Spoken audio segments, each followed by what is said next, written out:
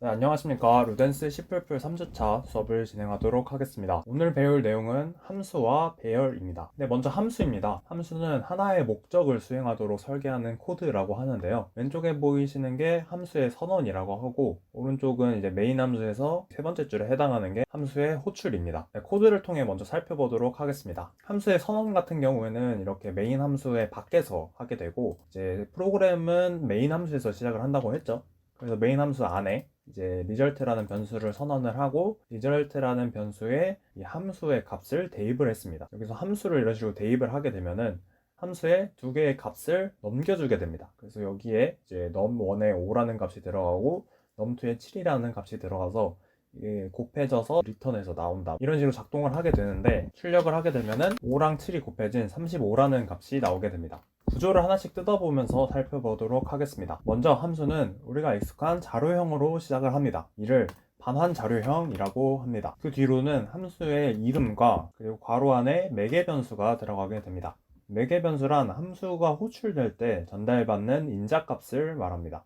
그 아래로는 중괄호를 열고 여기에 이제 내용이 들어가게 돼요. 함수에서 수행할 내용을 채워주고 리턴 뒤에 있는 값을 이제 돌려주게 되는데 이때 돌려주는 값을 반환값이라고 하며 이 반환값은 반환 자료형과 일치하는 자료형이어야 합니다. 아래는 메인 함수의 내용인데요. 메인 함수에서 함수의 이름으로 함수를 호출하였습니다. 호출을 할 때는 반환 자료형, 즉 반환값과 같은 형태의 자료형으로 값을 받아줘야 하고 괄호 안에는 매개 변수의 수랑 동일하면서 매개 변수와 같은 자료형의 인자값을 넣어줘야 합니다. 이를 함수 호출이라고 합니다. 그렇다면 이러한 함수를 왜 사용하게 될까요? 먼저 분할 처리입니다. 프로그램이 커질수록 코드는 계속해서 복잡해지게 됩니다. 그 과정을 함수로 분할해서 함수를 구현을 한다면 코드의 가동성도 좋아지고 디버깅을 할 때 효율이 좋아지게 됩니다. 다음은 재사용입니다. 만약 같은 코드를 반복해서 사용할 일이 있으면 이를 코드에서 반복해서 구현을 하는 것은 비효율적일 것입니다. 자주 반복되는 코드를 함수로 만들어서 함수 호출만으로 같은 코드가 실행되도록 하여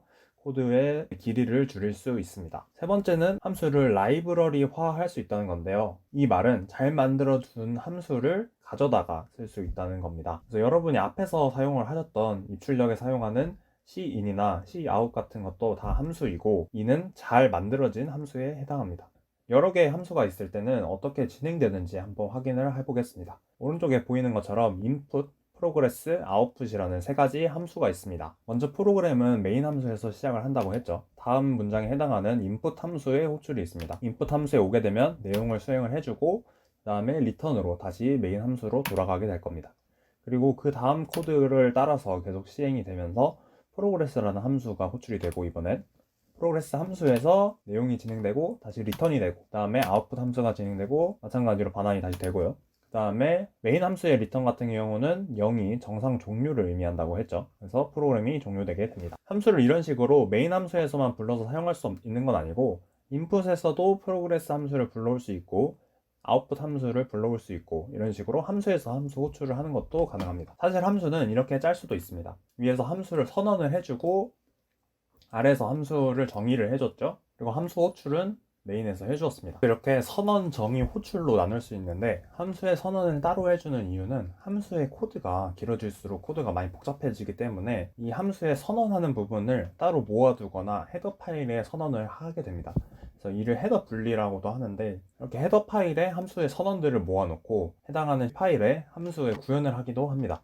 그래서 이 헤더 파일에 있는 이 함수 선언만 보고 해당 함수가 무엇을 하는 함수인지 알 수 있어야 합니다. 그래서 함수의 이름을 보고 이 함수가 무엇을 하는 함수인지 정확하게 작성을 해줘야 됩니다. 그래서 해당 코드를 보면은 이게 이제 곱하기를 하는 함수다라는 거를 바로 알 수 있게 되겠죠. 몇 가지 함수를 작성하면서 알아두면 좋은 점을 말씀드리겠습니다. 보이드 함수라고 해서 이거는 반환값이 없는, 즉 리턴이 없는 함수입니다. 반환값이 없기 때문에 호출을 할 때 굳이 대입을 할 필요가 없겠죠. 두 번째는 매개 변수가 지역 변수라는 겁니다. 지역 변수는 한 블럭, 이 중괄호 안에서만 유지되는 변수라고 제가 말씀을 드렸죠. 그러니까 매개 변수는 함수가 실행되는 도중에 이 안에서만 존재하는 변수가 되고 함수가 종료되면은 사라지게 됩니다. 이 아래 예시를 보시면은 지금 메인에서 int number로 10을 선언을 하고 이걸 이제 함수에 매개 변수를 넘겨준 거죠. 10의 값을 매개 변수로 받아오고 거기다가 1을 더해준 다음에 얘를 출력을 했습니다. 그래서 인펑션에서 출력을 했을 때는 11의 값이 나오게 됩니다. 이 함수가 종료돼서 다시 메인 함수로 돌아와서 다음 in 메인에서 이 넘버 값을 출력을 하면은 11의 값이 아닌 10의 값이 출력이 됩니다. 그 이유는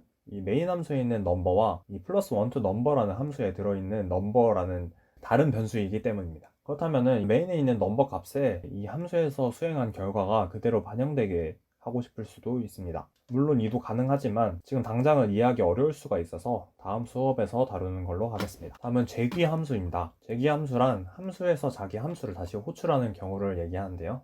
예제를 먼저 살펴보겠습니다. 코드를 보시면은 메인 함수에서 지금 팩토리얼이라는 함수를 호출했습니다. 팩토리얼이라는 함수는 인티저 매개 변수를 받고 이 매개 변수가 0일 경우에는 1을 반환하고 0이 아닐 경우에는 리턴 값에서 함수를 다시 호출하게 됩니다. 그래서 n 곱하기 팩토리얼 n-1을 이런 식으로 반환을 하게 됩니다. 출력 결과는 원하는 팩토리얼 값이 나오는 걸 확인할 수 있는데 이게 동작하는 거를 한번 같이 살펴보겠습니다. 지금 메인 함수에서 팩토리얼을 하나 불러왔죠. 여기에 5의 값을 넣어 주었습니다. 그럼 n이 5일 때는 0이 아니기 때문에 팩토리얼에 4가 들어간 값을 한 번 더 호출을 하죠. 그리고 마찬가지로 또 3이 들어간 값을 호출할 거고 2가 들어간 값을 호출할 거고 1이 들어간 함수를 호출할 겁니다. 그리고 마지막에는 0이 들어간 값을 호출하겠죠. 그래서 여기서는 n이 0이 되기 때문에 리턴 값으로 1을 지금 반환을 해줬죠. 그래서 1이 다시 반환이 되고 팩토리얼 0을 호출한 거는 n이 1일 때였습니다. 그래서 1 곱하기 1이 지금 다시 반환이 될 겁니다. 그리고 팩토리얼 1을 호출한 거는 n이 2일 때였죠. 그래서 1 곱하기 2가 반환이 되고 2를 호출한 거는 3이었습니다. 그래서 6이 반환되고 3을 호출한 4랑 곱해져서 24가 반환되고 그리고 4를 호출한 5랑 곱해져 가지고 120이 반환됩니다. 그러면은 모든 팩토리얼 함수가 동작을 했기 때문에 마지막 이 120에 해당하는 값이 반환이 돼서 메인 함수로 다시 돌아오게 됩니다. 이를 식으로 표현하면 다음과 같습니다.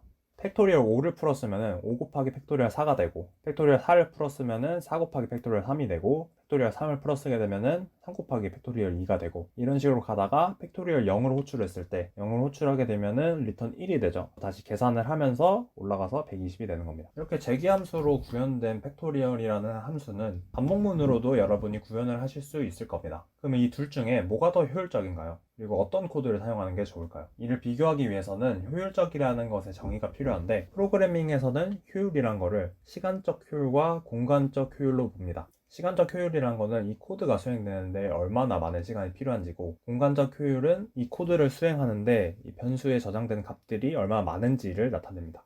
두 코드에서 시간적 효율은 크게 차이가 나지 않지만 공간적 효율이 차이가 발생합니다. 재기함수를 사용할 때는 매번 함수를 호출할 때 매개 변수에 새로운 값이 저장이 되죠. 그러면은 그만큼 메모리를 많이 사용을 한다는 겁니다. 변수의 크기에 n-1배만큼 더 많은 공간이 필요하게 됩니다.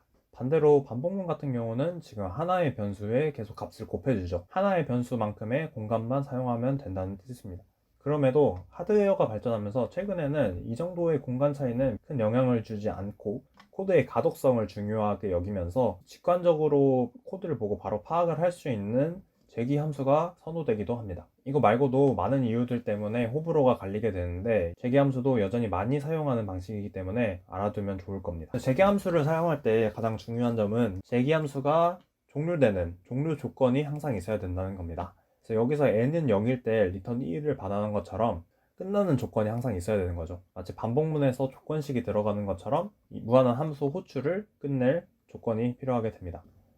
다음은 배열입니다. 배열은 자료형, 용적, 크기 세 가지의 속성을 가지게 됩니다. 배열은 파이썬의 리스트랑 비슷한 형태인데 리스트랑 마찬가지로 하나의 자료형을 선언을 하게 되면은 해당 자료형의 데이터만 담을 수 있습니다. 하지만 리스트랑 다른 점이라면은 배열의 크기를 미리 정해야 한다는 것인데요. 용적이란 것이 배열에 값이 들어갈 수 있는 최대 크기를 나타냅니다. 그래서 배열을 선언할 때는 이렇게 자료형, 그리고 변수 이름, 그리고 용적이 들어가게 됩니다. 미리 용적만큼 이 배열에 해당하는 메모리를 할당하기 때문에 배열의 용적은 수정을 할 수가 없습니다. 그래서 배열을 이렇게 선언을 하게 되면은 배열의 용적만큼 메모리에 배열 자리가 만들어지게 됩니다. 그래서 이 안에서만 배열의 변수들을 추가하고 삭제할 수 있고요. 배열을 만들게 되면은 선언된 자료형과 같은 데이터만 들어갈 수 있습니다. 그래서 여기에는 인티저, 여기에는 더블, 그리고 여기에는 차에 해당하는 데이터만 들어갈 수 있습니다. 배열의 안의 값에 접근을 할 때는 대괄호에 인덱스 번호를 넣어서 접근을 할 수 있습니다. 이렇게 사용을 하면은 배열의 0번지에 해당하는 값에 2의 값을 넣게 된 거죠. 중요한 점은 배열의 인덱스가 0부터 시작한다는 건데 뭐 리스트랑 비슷하기 때문에 다들 잘 아실 거라 생각을 합니다. 그래서 배열의 값들을 초기화할 때 이런 식으로 하나씩 넣어줄 수도 있지만 배열을 선언할 때 동시에 중괄호 안에 값들을 넣어서 한 번에 초기화를 할 수도 있습니다. 그리고 아래처럼 용적의 값을 비워둬도 뒤에 초기화를 같이 해주면은 자동으로 용적의 크기가 설정이 됩니다. 배열을 사용할 때 알아두면 좋은 점입니다. 함수 내에서 배열을 선언하면은 그 값이 쓰레기 값으로 초기화가 됩니다. 이렇게 선언을 하고 값을 할당을 안 해준 상태로 출력을 해보면은 이상한 값이 나오게 돼요. 이 값을 쓰레기 값이라고 하는데 할당된 밸류가 없다는 것을 의미합니다. 여러분이 배열이나 리스트 같은 자료형을 사용하다 보면은 이제 out of range라는 오류를 많이 만나실 텐데 이거는 배열의 범위를 넘어가는 인덱스에 접근할 때 뜨는 오류입니다. 주의하셔야 할 점이 지금 용적이 4인 배열을 만들게 되면은 그 배열에 접근하는 인덱스 범위는 0에서 용적 마이너스 1까지입니다. 즉 4에 접근을 하게 되면은 out of range 오류가 발생하게 됩니다. 네, 그럼 간단한 실습을 통해서 배열을 익혀보겠습니다. 주어진 배열을 뒤집어서 출력하는 프로그램을 작성하는 겁니다. 간단하게 1부터 10까지 값을 가지고 있는 배열이 있을 때 이를 출력을 하고 뒤집어서 다시 출력을 하는 프로그램을 작성해 주시면 됩니다. 잠시 멈춰서 해보시고 해설을 들어주시면 되겠습니다. 네, 간단한 실습이었죠. 이미 선언되어 있는 배열에서 0부터 10까지 이렇게 반복문을 사용할 경우 i는 9까지 가는 거죠. 그래서 0부터 9까지의 i에 해당하는 배열 값을 출력을 하는 거였고 뒤집어서 출력을 할 때는 9부터 0까지 반대로 i를 하나씩 빼면서 접근을 하면은 뒤집어서 배열을 출력을 할 수 있었습니다. 저번 주에 배운 포문을 사용하면 간단하게 풀 수 있었고 배열의 인덱스 접근에 여러분이 유의를 하셨으면 됩니다. 다음으로 배열에 배열을 추가하게 되면은 이를 2차원 배열이라고 합니다. 앞에서 사용한 것처럼 4의 용적을 갖는 배열에 뒤에 3의 용적을 더 추가를 해줬는데 이렇게 될 경우 여러분이 표를 만드시는 것처럼 4행과 3열로 된 데이터 구조를 만들 수 있습니다. 2차원 배열을 초기화할 때는 중괄호 안에 중괄호를 하나 더 추가를 해가지고 행 순서대로 값을 초기화해 줄 수 있습니다. 1, 2, 3, 4, 5, 6, 7, 8, 9, 10, 11, 12 순으로 한 행씩 초기화가 되는 겁니다. 2차원 배열에 접근을 할 때는 행과 열의 순서로 접근을 하면 됩니다. 2차원 배열에 1인덱스에 1인덱스 하면은 이제 1, 1 해서 5의 값이 출력이 되는 거고 2인덱스에 1인덱스 하면은 2, 1 해서 8의 값이 출력이 되고 1인덱스에 2인덱스 하면은 1행에 2열해서 6이 출력이 됩니다. 그래서 2차원 배열을 출력할 때는 포문을 두 개 겹쳐서 쓰는 이중 포문을 사용하게 됩니다. 바깥에서는 로우, 즉 행에 해당하는 반복이 진행되고 그 한 행에서 열에 해당하는 3의 값이 반복이 됩니다. 그래서 내용으로 리스트의 행과 열에 해당하는 인덱스가 출력이 되고 띄어쓰기가 됩니다. 그러면은 0행의 0열, 0행의 1열, 0행의 2열 순으로 출력이 돼서 1, 2, 3이 출력이 되고 안의 포문이 끝나서 줄바꿈이 될 겁니다. 그리고 그 다음 줄을 똑같이 출력을 하고 이 포문이 종료가 됩니다. 그리고 아래는 알아두시면 좋은 건데 이 iomanip이라는 헤더 파일을 불러오게 되면은 그 안에 setw라는 함수가 있습니다. 이 함수 같은 경우는 cout을 할 때 안에 매개 변수의 수만큼 출력 간격을 정해줍니다. 이렇게 한 자릿수의 숫자만 출력을 해도 앞에 빈 공간 3개를 만들어줘서 4칸씩 출력이 되게 만들어줍니다. 그래서 간격을 이렇게 깔끔하게 유지를 할 수 있게 해주죠. 배열은 2차원뿐만이 아니라 몇 차원이든 계속 늘어날 수 있습니다. 그래서 용적의 크기를 계속 적어주면 이렇게 계속 늘어날 수 있는데 그만큼 메모리에 저장하는 값도 기하급수적으로 증가를 하게 됩니다. 사용하는 입장에서도 직관적으로 알아보기가 어렵기 때문에 사용하는데 한계가 많이 있습니다. 3차원만 해도 좀 표현하기 어렵죠. 이번 주 수업은 여기까지고요. 다음 주에는 참조, 포인터, 메모리에 대해 배워보도록 하겠습니다.